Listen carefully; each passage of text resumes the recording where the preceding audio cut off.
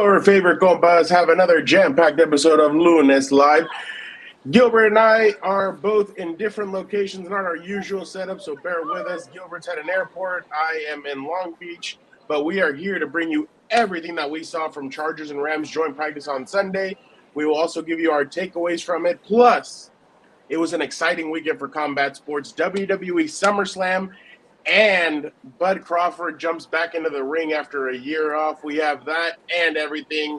Time permitting, we'll try and have Vic, the producer, jump on. No Dan and Dago this week. But Gilbert, don't you have a question for our viewers and or listeners?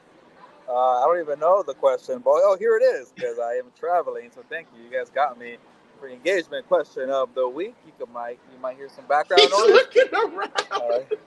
I'm gonna do it all loud. Engagement question of the week from Seattle Tacoma International Airport. Who will have the better season, Rams or Chargers? Wow, a spicy question. It wasn't me who came up with it. Maybe Victor Fernando, but I like it. A little spicy.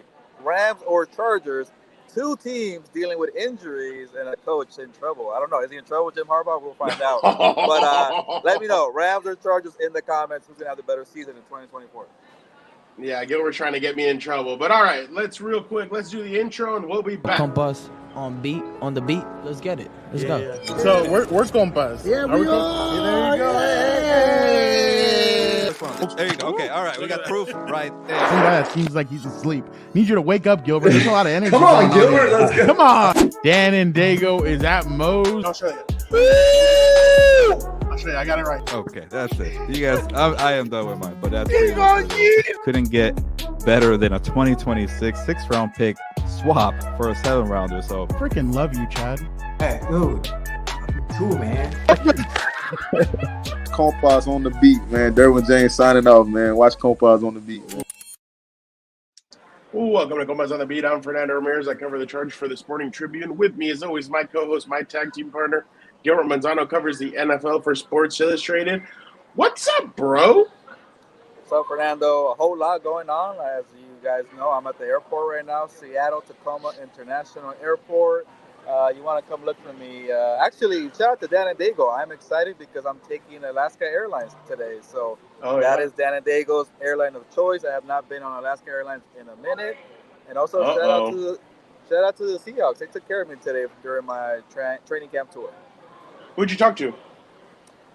Check out the story plug. But I did speak to Jackson Smith and Jigba, JSN. Actually, a former friend of the Chargers fan base, Uchenna Nowusu. Wow.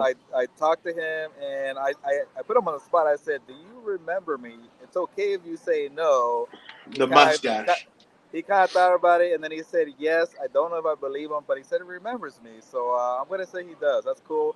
He's doing well. He's enjoying his new home in Seattle. That's awesome. No, and Chenna's coming off of a great year with Seattle. So in Mike McDonald's system, he should be able to get even better this year. But Gilbert, we were both at Chargers and Rams. Well, at the Bolt for the Chargers and Rams joint practice. Jesse remembers Chenna. Yeah, no. Chenna's a good guy. He was always great to us. Javier, how are you doing, man? What's up, Jesse? Javier, what's up? But Gilbert, just what your main takeaway? It could be from either team. What was your main takeaway from the joint practice? They came away clean from it. After what I saw from Detroit and the New York Giants, I'm like, wow, okay, impressive for McVay and Jim Harbaugh. No punches thrown.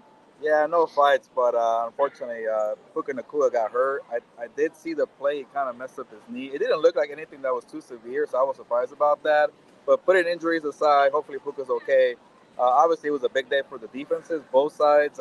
Rams defense, not facing Justin Herbert, had to face Easton Stick, and as we know, Easton Stick is not the answer at starting quarterback, so the Rams had their day.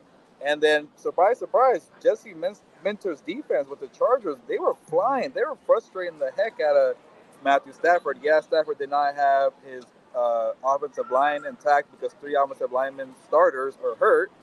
But Joey Bosa, Thule, the secondary guys, even Nick Neiman, the linebacker, Fernando, you're a guy, by the way.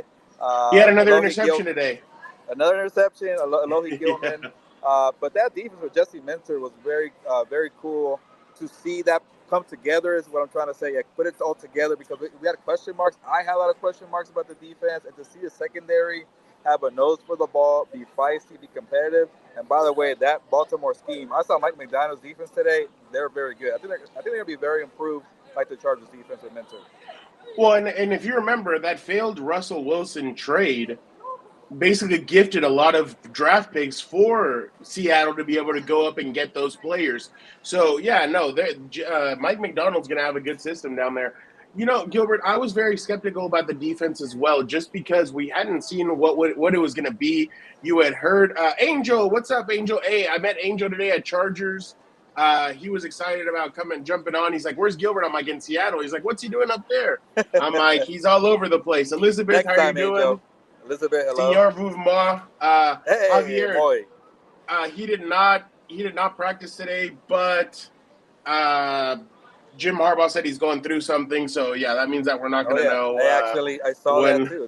Don't let Dago know yeah, about that. Yeah. So Gilbert, what I thought was impressive was when Sean McVay came over and told Alohi Gilman, "You need to be smarter."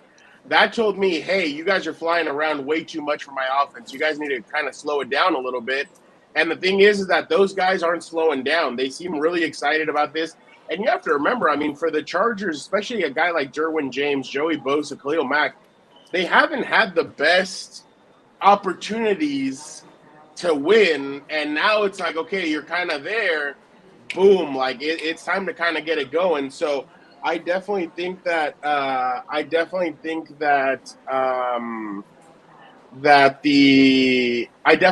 the Chargers flew around.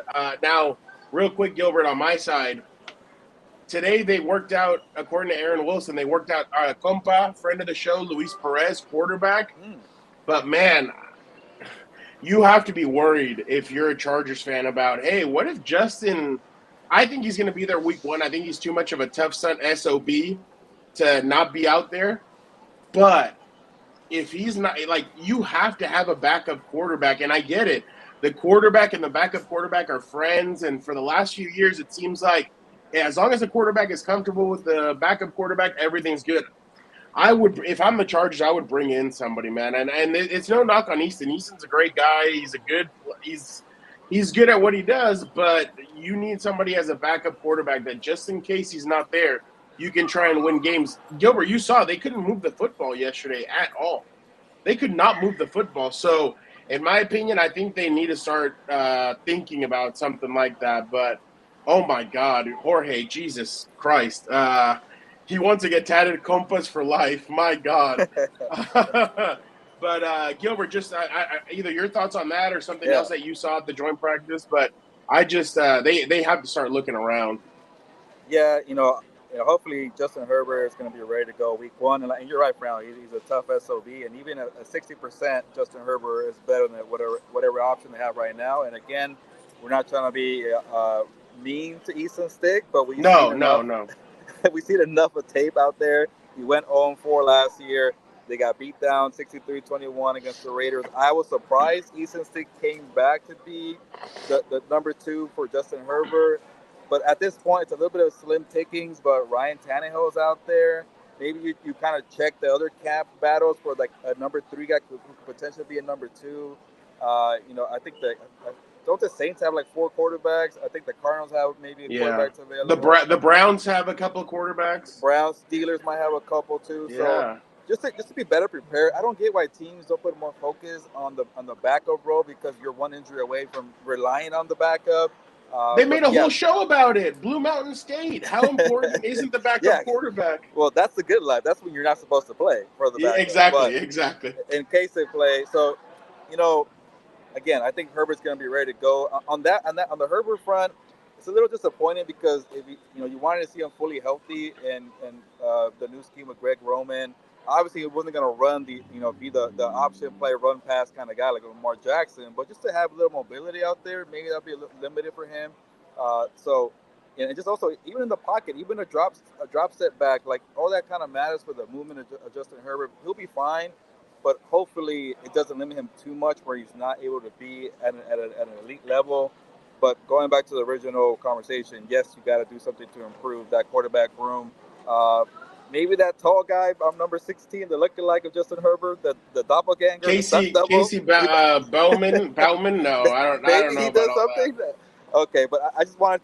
What I'm trying to say is keep the number 2 option a competition. Don't just hand it to Easton Stick. Just find something else to maybe light a fire under him, just in case. And Gilbert, today I was out at practice and Max Duggan threw a pick. Another guy I think Easton threw a pick, and it's kind of like, dude, you got to get some competition in here. Like, no, Jorge, I don't think signing a backup would indicate that it's worse than what it is. I just think you're prepared just in case. Because look at the kid from the Cincinnati Bengals. He came in and he did pretty well when he was backing up for I was about to say Andy Dalton for Joe Burrow. So I really think that they do need to do something when it comes to that. Going to Delbert's question, he said, or Delbert's answer said the Rams will have a better season, division champs. Chargers lucky to be third. Harbaugh hype will fizzle out. Gilbert, let me ask you a question, and I hope I don't catch strays for this. Did Cooper Kupp look healthy to you yesterday? At the scrimmage, well, I feel like nobody looked good at all at the scrimmage for the Rams offense. But before that, he did look healthy, but it wasn't his best showing. I saw a change from Thursday to yesterday. Yeah. He didn't look right to me. I don't know. Maybe that's just me, but I thought Puka was flying. I didn't think he was flying. The only thing is I don't want Rams fans to freak out just yet. Well, No. But it's just you don't have the full offensive line. If the offensive line is healthy and ready to go, maybe you're better off, but you can't guarantee a healthy unit. Like if Rob Havenstein's already feeling it, Alaric Jackson's already feeling it, your big signing, Jonah Jackson's feeling it. Like, honestly, it's giving me 2022 vibes. I'm sorry, Rams fans, but when you have so much injuries to the offensive line, you can't really do much, and that led to injuries to Matthew Stafford, injuries all around. So on both sides, Chargers without Justin Herbert and Rams without the line, you couldn't get a good sense of the offenses, but injuries, they do tend to linger for a while, and if you see that unit in the regular season, you're going to have a lot of problems. Yeah. No, and you see Detroit's aggressive. Detroit improved their defense, so right away the Rams are going to get tested. On the flip side, the Chargers are going to get tested right away by the Raiders, who have an improved defensive line. They got better on the offensive line. That defense gets better every time I see them, Fernando. Hopefully for them, they find the quarterback, but they're very good. Yeah, the Raiders. Yeah, defense. Yeah. No. The offense is not good, but I'll say the defense. By the way, I don't know if you saw, but our compas, Paul Gutierrez, Adam Hill, and Vic Tafer had all said Saturday, wow, okay, Gardner Minshew may have taken the step forward.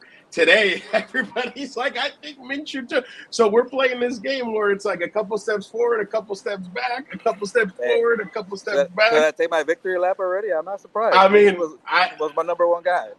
I don't know. He's not being spectacular out there. I know. So that's kind of the problem. Jorge, I mean, Flacco knows this system. Flacco's been in it before. I think but you'd have to trade for him because he's with the Colts. I don't know about Tannehill.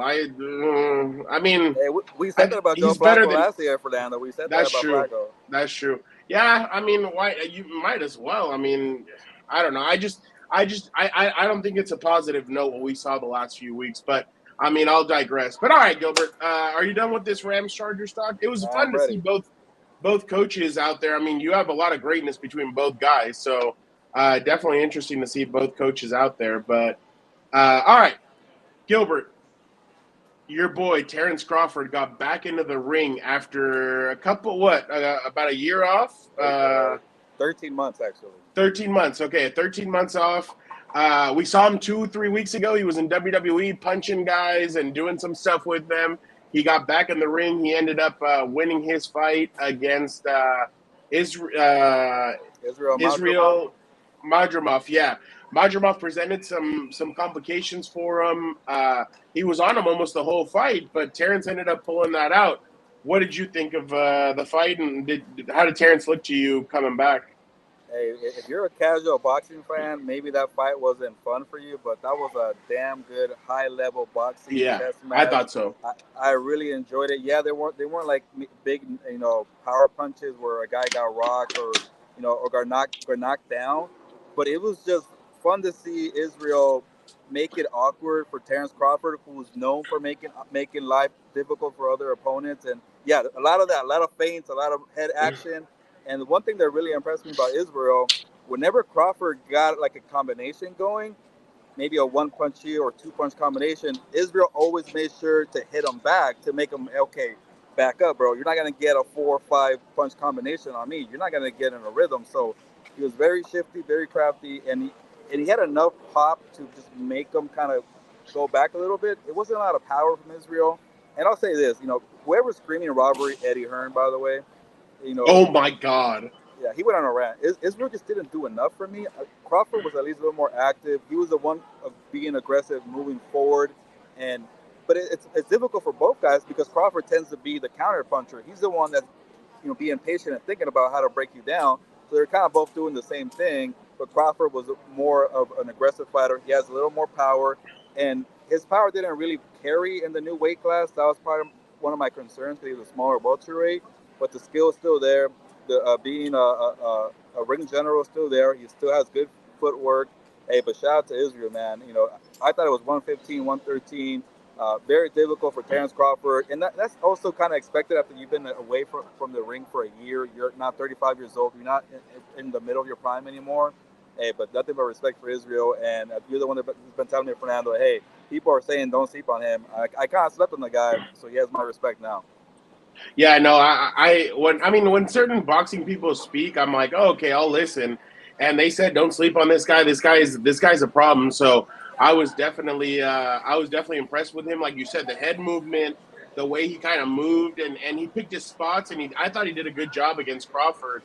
And obviously Crawford may have had some ring rust. We all get it, but it was a good fight. I thought it was entertaining. The only thing I didn't like was the long layoffs in between multiple fights.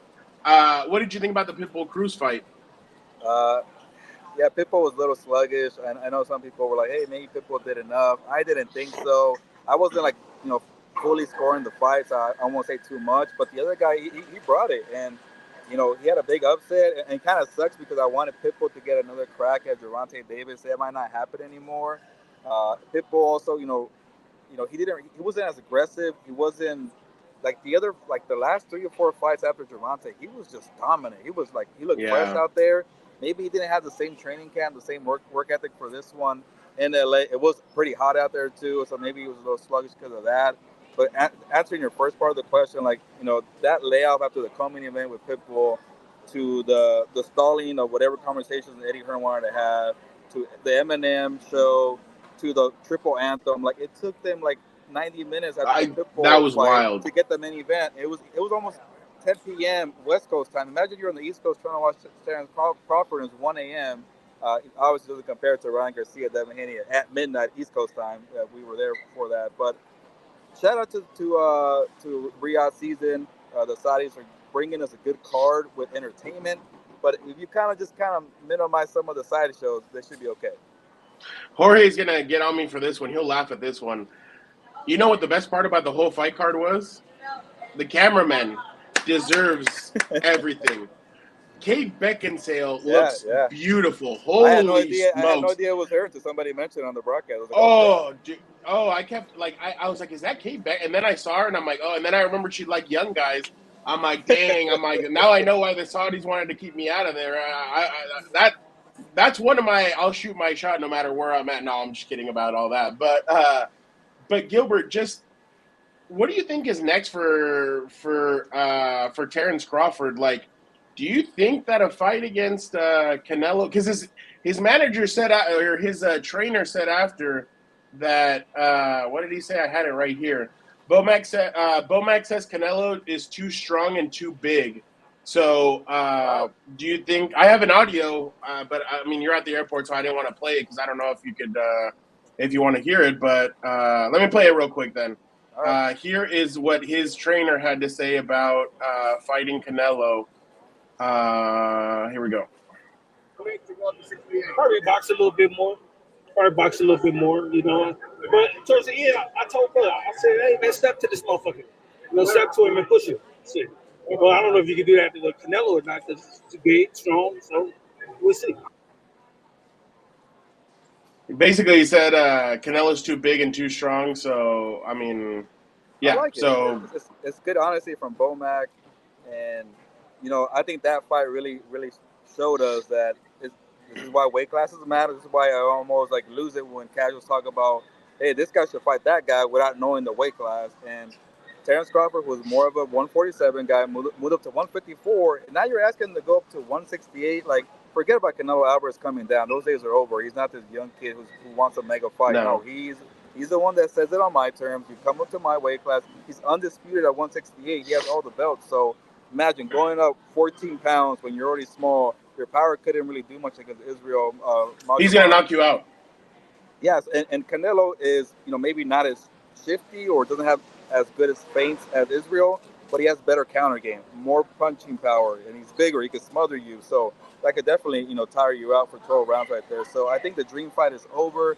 Hopefully Canelo Alvarez, but also for Canelo, that hurts his pockets because the Saudis were willing to throw a bunch of money at him for that fight too. So after Berlanga, and if people don't want to pay you, you better go fight Dave Benavidez. So I saw Berlanga throw the F-bomb at Dave Benavidez saying, forget that guy, worry about me. I don't know about that, Berlanga. You have to prove it to me in the ring. But that also limits Canelo's options. And also, I don't know where Crawford goes from here, but credit to his team for finding Israel, and because nobody knew the guy. It's like, hey, this guy in the amateur game, like, he really did a bunch of work, and in the amateur game, and he said it in the post ring interview, like, yeah, nobody knew about him, but we did a lot of work on this guy, and we wanted to be tested, and he was. So maybe doing some more homework like that, but it's not big name star power to generate pay-per-views for Crawford. And I completely agree. It's funny. Canelo was asked today about why he didn't fight David Benavidez in New York, and he said because the people wanted this fight. He said this is for the people. He's like, like Mexico versus Puerto. Yeah, exactly. Mexico versus Puerto Rico. My buddy said in our group chat, JC, and he goes, he's like, did you hear no clapping? No clapping at all. Like nobody got excited about that from Canelo. Real quick, Vic is asking if you think Pitbull Cruz is a one-trick guy. A little bit. He reminds me of Sean Porter, friend of the show, where he kind of brings his head down a little bit and uses his forehead, but like he wants to stifle you. He wants to smother you. He wants to kind of be all aggressive, but no skill, no combinations, no footwork. It's just kind of like this. The guys, people fight like that, but after like 7 rounds, you get tired of it because he has good cardio. That cardio was not there on Saturday, so that's why it makes me wonder what the work ethic was. So to answer the question, he is a little bit of a one-trick pony, but he is aggressive. And those last 3 or 4 fights, he has some power too. He was knocking out people after the Gervonta fight, but that shows you the levels of competition from Tank to the other guys. Completely agree. Jorge says, Fernando, I knew you were going to bring up K Great Minds Think Alike, and then you also said, shout out to Vic, the producer. So there you go. Shout out to Vic. Gilbert, are you ready to switch over now? Yeah, let's go. All right. I thought the most entertaining part of Saturday was us waiting for the tribal chief to return, Roman Reigns. Gilbert, he finally does. He comes in. He Superman punches Solo. He spears Solo. He looks at Cody Rhodes, gives him a little head nod, jumps out of the ring, watches Cody beat Solo. And what they didn't show you on TV, Gilbert, is he pointed at Solo and said, read my shirt. Original tribal chief. I thought I said official tribal chief, but then I figured I was wrong. I thought only tribal chief at the beginning. But Gilbert, Gilbert, he has a different aura, man. I've never seen I'm sorry. Like, I know The Rock, like, has that, but in the wrestling world, I don't even think The Rock has the kind of aura that Roman Reigns has really presented in the last 3 or 4 years. That's game changing, man. I don't know what you thought, but holy crap. The way everything just stopped and everybody watched him walk in, incredible. Man, I think it says so much that you're able to get a reaction like that from the audience. When you were the heel for so many years and everybody wanted to see Cody finish the story, and when Cody finished the story, guess what? We all want Roman. We thank you, Roman, for making that story better. So when you're able to be a heel or to be a babyface, he could do it all. And it just makes you realize, like, how far he's come from those days where he couldn't remember his lines with John Cena or, like, it's a promo, get it together, Roman, you want to be the big dog. So to reinvent himself, to really take this persona and make it his, to even extending the bloodline storyline, allowing Solo to do his thing, allowing the Uso brothers to do his thing. Like, he's making people better, like in quarterbacks, right? In the NFL, like, if you make people around you better, you're definitely the franchise, the star. And Roman has done that. Where now this next phase of his career, I can't wait to see what he does. I guess it's gonna be more of a baby face. Maybe I could be wrong for now. You're better at that. But to get the pop that he got, and he just kind of came out being him, like, what, I'm back, and no kind of like sideshow, no like special effects, no turning off the lights, no coming from behind with the bat like Sting. It was just like, you know who I am, you know what I'm here, why I'm here, and you know what I'm about. So that was very cool to see. And we all, by the way, one more thing, we all knew it was coming. It was still very exciting. exciting. Yeah. But isn't it crazy how long it took him to come out? Like, his song, it's a new song that he kind of debuted. And then he finally comes out and everybody just goes crazy. By the way, Gilbert, you and I were both worried about Jacob Fatu. Supposedly it's a work. They didn't want him and Roman to interact at all. Okay. So I'm glad about that, because there's no way we could miss Jacob Fatu. Gilbert, I was very excited. I thought Roman's aura, he came out, he did everything he needed to do, and I'm like, wow, like, we're about to hit a new generation in WWE. Not a new generation, but it's a new, like, we're kind of turning the page, and Roman is now back. I think this time Roman's not going to care about the championship. He's going to care about having order in his bloodline. He's going to go, I think he's going to be more of like an anti-hero that's still going to talk crap, but at the same time, like, he is the tribal chief. He is that guy. Man, I'm telling you, that pop was crazy. When he brings Paul Heyman back, I'm telling you, man, that's going to get ridiculous. I kind of thought, when I saw The Rock's mom there, she was there cheering on Nia Jax. I'm like, don't tell me The Rock is also going to show up, because they went bloodline rules for the match. And I was like, don't tell me The Rock is also going to show up and just go ballistic. But no, it was good. Let Roman have his time. He's been gone for about 3 or 4 months. Now he's back. Everybody's excited. He will be at SmackDown this Friday. So this Friday, I'm going to be dead set watching whatever Roman does. But Gilbert, I'm interested to see where they take Cody Rhodes from here. There's not an interesting path for him right now.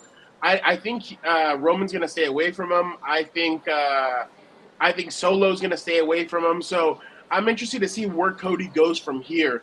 Who are they going to pick for him next? Where is he going to go? So I'm really interested with that. But man, it was one of those things where I saw reactions on Twitter and everybody was just going crazy. Like, even NFL, like Dan Orlovsky was like, Roman's back.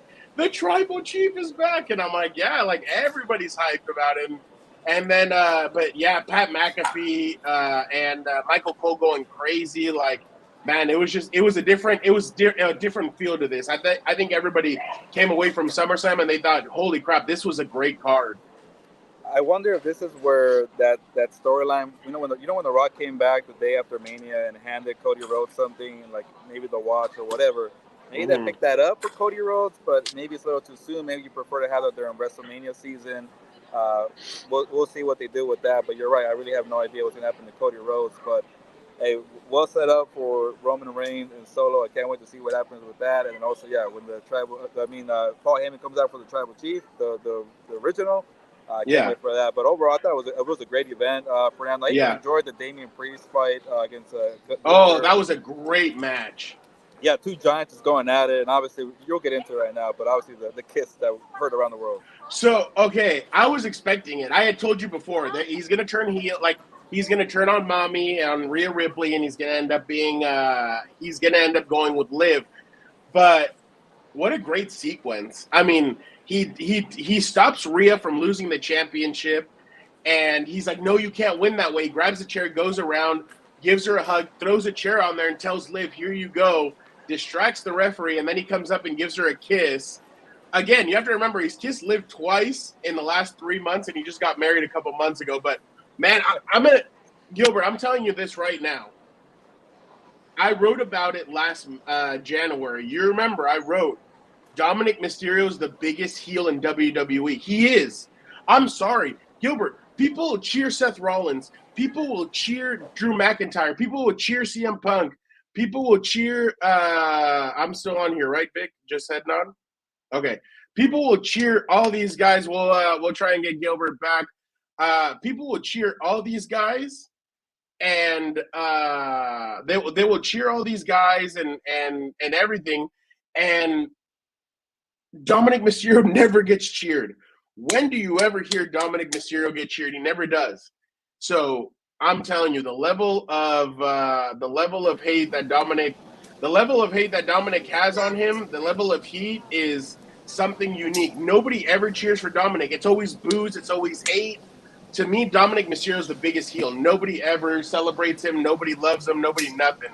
So to me, Dominic Mysterio is the biggest heel right now in WWE. And I'm sorry, it's time. WWE needs to put a United States Championship on him, or they need to put some kind of belt on him. Like, you had the North American from NXT, that's great, but now it's time to give him a belt in WWE. But man, my homie from San Diego, Dominic Mysterio, that dude's killing it right now. I'm really impressed with him, and he just keeps on getting better. But Gilbert, just what did you think of the Rhea? Senor Vivoi would love to have mommy there, so he wants to bring her over to Canada with him. But Gilbert, just what did you make of the whole sequence with Rhea? Yeah, no, I thought that was great. Like you mentioned, like Dominic making us believe, hey, I'm helping you out with the chair right here, and then oh no, okie doke right here, Liv Morgan, this chair is actually for you. So, but I'm just curious about the aftermath. Obviously, you got to continue the feud between Liv Morgan and Rhea Ripley to get that belt back. But where does Dom go? Does he now have a relationship or a partnership, whatever you want to call it, with Liv Morgan, or does he go on and do his own thing as the guy who screwed over the Judgment Day, becomes a champion, has a well-decorated singles career? I want to see that already. It's about time for Dominic Mysterio. Yeah. But we also saw Finn Balor, get involved with Damian Priest. So the Judgment Day is pretty much over, I guess, right now. But I want to see everything, the pieces after that. Remember, a year ago, Gilbert, Damian Priest screwed Finn Balor from winning Money in the Bank. I think he almost beat Seth Rollins a year ago for the championship at Money in the Bank, and he screwed him. And I remember he's like, "I'm so sorry," and Finn's like, "Don't worry about it. It's okay." So yesterday he got his revenge. And I remember back in the day, Liv and Finn Balor were competing together to go destroy Edge's Judgment Day, and they said one day we will break them up. Long-term storytelling, I'm telling you guys, like, these guys are seeing things. Oh my God, man, I'm sorry. I understand everything, and regardless of the side stuff and everything that happened, obviously it's disgusting, but like, Vince needed to go. Like, this is a new era. They're doing a lot of really amazing things right now, and they're really telling stories from like 4 or 5 years ago. They're bringing up old stuff, and man, and it's just incredible. And then the way Finn, like Gunther, and Gunther is now the world champion. Gilbert, I expect at WrestleMania Gunther versus John Cena. Book it right now. Really? I think it's going to happen. I think it's going to happen. I think Gunther versus John Cena will happen. I don't know what way it'll go. I personally for the record. Yeah, I think Cena has to break it. I'm sorry, I don't want to see Charlotte Flair break that record. It has to be John Cena. Like, it has to. Cena put this company on his back. One more championship would be amazing. Let him go out with 17. He's the record breaker, and boom, Cena can ride off into the sunset. But and I think Triple H will do that. But we'll see what happens. But Gilbert, I give it a chef's kiss. SummerSlam to me was fantastic. I thought they did a great job overall. I think all the matches were entertaining. I was even entertained by Jelly Roll, or whatever the hell his name is. Oh, yeah. Choke slamming Austin Theory. Theory, by the way, you sold that choke slam. Yeah, somebody had to get my man. Yeah, somebody had to get my man Jelly Roll a gas mask, because that dude looked gassed. Like, he was exhausted after that. But by the way, R-Truth tweeted out, "Congratulations to my guy Post Malone for coming out and helping us out in Cleveland." So I'm like, a couple pounds away, but sure, why not? But definitely a great PLE, Gilbert. And what time? How much longer do we have you for? What time is it? You got 4 minutes. I got to leave at 5:15. 4 minutes. All right, let's bring in Vic, the producer, real fast. Vic. My bad. No music, Vic, but we want to get you in real fast. No worries. If you have one question, hit Gilbert with your best question before he has to jump on his flight. All right, guys. Let me start this off here. It's good to see you guys, but let me go ahead and get to the question. So every NFL season, there are 6 to 8 teams. Everyone pencils in for the season, for the postseason, to make the playoffs. Those teams this season are the Chiefs, the Ravens, the Bills, the Texans, the 49ers, Packers, Lions, and Eagles. Give me one team from those 8 that will not make the playoffs and will end up with a top 10 pick. Gilbert. Give me the teams again, Vic. It is the Chiefs, Ravens, Bills, Texans, 49ers, Packers, Lions, and Eagles. Just for reference, the last 2 years, teams that were penciled in to make the playoffs. Last year was the Chargers after all the signings they made. The year before that, it was the Rams. So, and they ended up with top 10 picks a year after that. Oh, wow. It's a very difficult question, but I'll give you 2 just to kind of back my ass here. His mother. But I've been on it, or I've been on the Cowboys one for a while. Like I just don't like anything about the setup. Blame the coach, blame the quarterback. They're gonna pay him, Fernando. I really think they are. You haven't paid CeeDee Lamb. Don't do it. I think we lost him. All right, Fernando, you're up. Yeah. Let's let me. I think I'm gonna do it. I'm gonna go with the Philadelphia Eagles. I think the Philadelphia Eagles are a team that should be worrisome. They're putting all their trust in Kellen Moore, which I watched firsthand what Kellen Moore did last year. You can say Brandon Staley was his ineptitude was part of what they did, but Kellen Moore deserves some blame. I know a lot of fans complained about Joe Lombardi for the 2 years that he was here, but at least Herbert looked like an MVP candidate both seasons.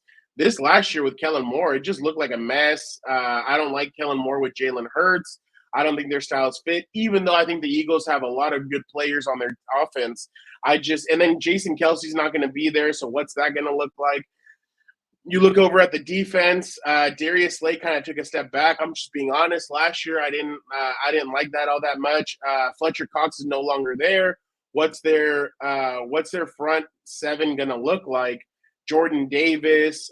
They have some other players there, but Jalen Carter. I just don't know what they're going to look like this season. So if I had to choose one, I think it'd be the Eagles with a new coaching staff and everything going into next year. I just don't like the setup from both teams or from the Eagles. My bad. Yeah, and I mean, to your point, I mean, you get Kellen Moore. I don't know. Is he a really good offensive coordinator? Gilbert said Cowboys and Ravens, by the way. He just sent it to us. All right, and then I'll get into the Ravens real quick since he's pretty much gone at this point. Yeah. I'll get into the Ravens because that would be my pick. But I just want to kind of go to your point on the Eagles. Big Fangio, how is that going to work out? We don't know. They brought in a bunch of guys from, through the draft and free agency. They brought in the linebacker from the Bucks. You also have the 2 guys that they drafted in the secondary as well. So we don't know how that's going to mesh with both of those coordinators. So I still have, and then Nick Sirianni. I mean, he lost the team, after week 10. I mean, they were 9. They just said that him and Jalen Hurts still haven't completely repaired their relationship. I read somebody had it, and I'm like, Jesus, if they haven't repaired it yet, dude, the season's about to start in a month. Like, what are you waiting for? Yeah, and I mean that's the other problem as well too is a lot of people are saying, well, Jalen Hurts got hurt, and then that was when things got bad for the Eagles. I think as you talked about, I think part of it was the relationship. But just to kind of finish things off here, I think for me is the Ravens. I'm kind of with Gilbert there. There's a lot of question marks. I know we talked about the defensive coordinator. I thought for sure they were going to try and get Jesse Minter there. They ended up losing a bunch of guys that went to the Miami Dolphins. And then you saw Mike McDonald going to Seattle as well. So they lost a lot of guys. They ended up giving the job to Zach Orr. He's a 30-year-old defensive coordinator, first-time guy calling the plays. And I do like that defense still, but who are your edge rushers? That's part of my. I know they have Matabuki. You have a great linebacker, and then you're set at safety. My worry is still with the cornerbacks as well, and then you're bringing in 3 new starters, Fernando, onto that Yeah. offensive line. Are you And then I've heard some whispers about Lamar Jackson. He doesn't like to practice, which that's not something Well, that you want to hear. Gilbert and I spoke about it. Like, he's missing all these practices with illness. What's illness? Like, is it Yes. something? So it's just, and the thing about it is, I'm wondering. You keep on hearing about him supposedly that he lost weight going into this offseason. I'm like, Yes, you coming that's off an another MVP one. year where you gained weight last year. Why, and you won the MVP? Why would you lose weight? So yeah, I'm with you. And I've said it a couple of times. I don't like Baltimore going into this year. I think their schedule is going to be very tough. Yep. You start off the year in you could get blown out in KC week 1. Like, that's how bad this could possibly get. And you've lost. And the problem is that when you're as good as the Ravens were last year, you got poached. You got poached by the Seahawks. You got poached by the Dolphins. You got poached by the Titans. You got poached by the Chargers. You know who I thought they were going to go get again was Wink Martindale. Yes. They decided to go with a younger coach, but same guy that said he didn't want to play Mahomes. He did. I remember that. Lamar did say he didn't want to play him. So I don't like the Eagles. I don't like the Cowboys. Well, it's not that I don't like the Eagles. I could just see that happening. Yes, exactly. That's what we're saying. Yeah, every year you see a team that everybody's really high on, and you're like, I think I would freeze that one, and to me it's that one, and then obviously the Cowboys is just an easy pick because you have fans that aren't even showing up to Oxnard. Like, I'm interested to see what it's going to look like on Thursday. I think Gilbert's going as well when we show up for the joint practice with the Rams, so I can finish my story on the 5 training camps I visited. But I just don't know what to expect out of the Cowboys. I think that's a lame duck team going into this year as well. Yeah, no, it's just it's a bad look all around. Yeah, and I just listening to people around the league too, like Jerry Jones, he talks a big game, but I mean, he continues to not pay these guys. He should have taken care of. He should have been smart about the money too. And then one of the things You know what it is, right? What is it? Albert Breer said, I think it was Albert Breer. He said the reason why that happens is because he thinks they're not going to find anything better. Like, when you break up with your girl and you're like, she ain't going to find anything better than me and all that. That's what Jerry Jones thinks. Jerry Jones thinks it's an honor to play quarterback for the Dallas Cowboys. It was in the 70s, 80s, and 90s, but life has changed. Like, these players nowadays, they don't know who Roger Staubach was and Troy Aikman. They just know Troy Aikman as the guy that asks them questions before they go and play the game. Like, I'm sorry, it's true. These guys don't know about the guys that came before them, and I'm telling you, I talked to a lot of these, not players. You talk to this new generation, and they think they invented the damn sport. So I really think that that's kind of a fine line of where we're going. So I think Jerry's problem is, like Albert said, is that he thinks, it's an honor to play for the Dallas Cowboys. You're going to make more money here if I pay you less because of all the sponsorships and everything you're going to get. Dude, Mahomes is in Kansas City, and he's making a bunch of money off of sponsorships. I'm sure Jalen Hurts is making money up in – hell, even Herbert here in L.A., he's making money off of sponsorships, doing the sell stuff and the what's it called, the Sasquatch and all that. So yeah, Jerry, it's not like it was before when it was just the Dallas Cowboys quarterback that was making the money. Everybody now makes it. But my bad, go ahead. You were saying that. No, and I just to finish up to your point. I mean, look at what the Philly has done. The Eagles have been able to pay their top 2 receivers, their quarterback. And the Cowboys are making the excuses that, hey, they'll get done when they get done. It's like, also, by not giving them roster money or bonus money, you also you can get in front of this by now, and it's just bad, salary cap all management by Jerry Jones. But I already told you guys who he wants. Yep. Shador. Shador Sanders. No, I know there can't be an episode where we don't mention him. Shout out to Dan and Dago, but I Yes, just we miss Dan and Dago on here. Hopefully, we get him back on soon.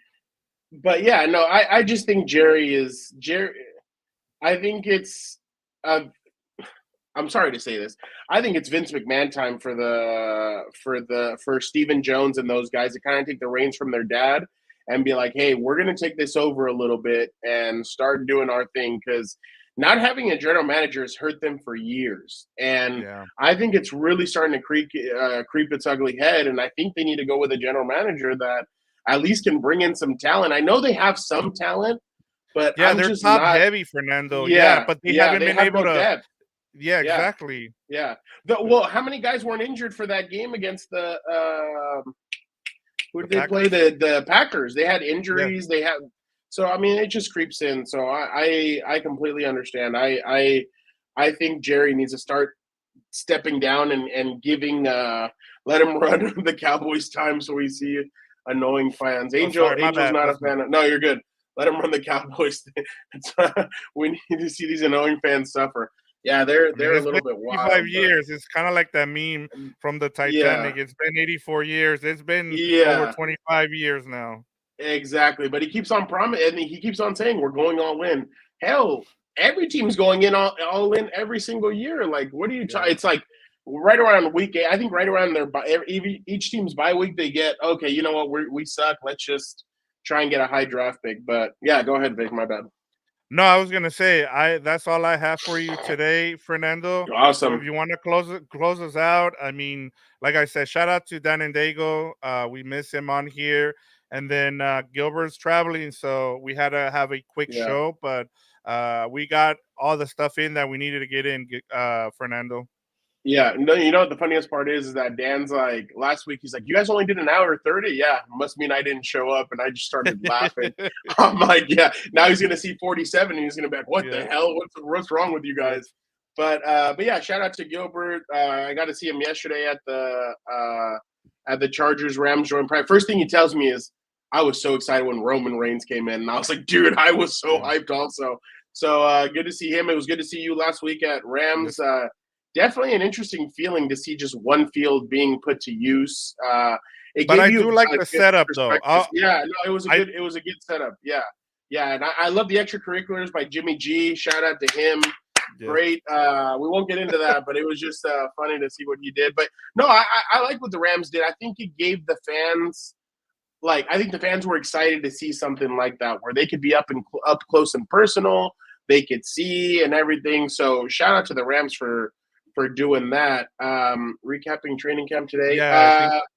Angel, I think we did that at the beginning, but Dan and Dago and I will probably get together Wednesday.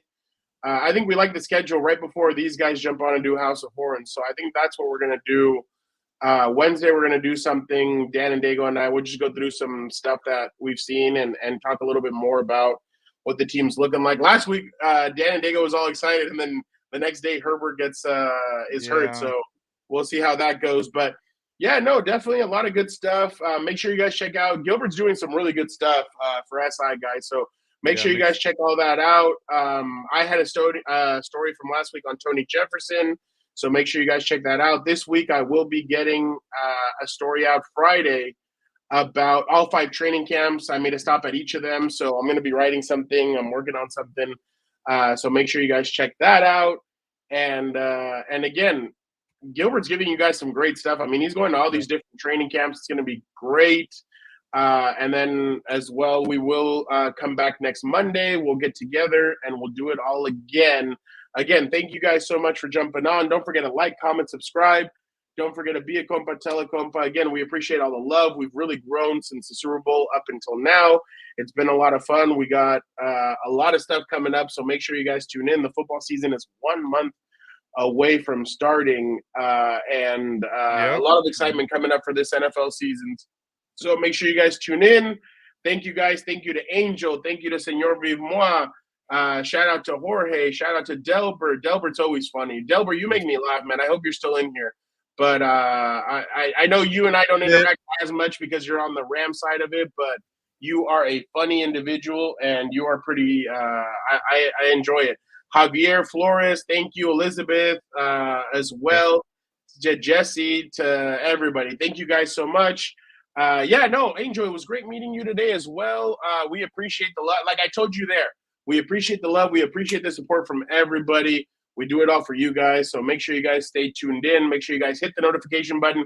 Now with Twitter being lame or X or whatever the hell you want to call it, and not letting us go live, we will probably we're still talking about $8 a month, but make sure you guys hit the notification button so whenever we go live on YouTube, you guys get that notification and you guys can check it out. But usually we'll do it right around the same time. You guys know on Mondays it's anywhere from 4 to 5 o'clock that we're going to start. So make sure you guys tune in. I know I've said a lot, but again, thank you guys so much.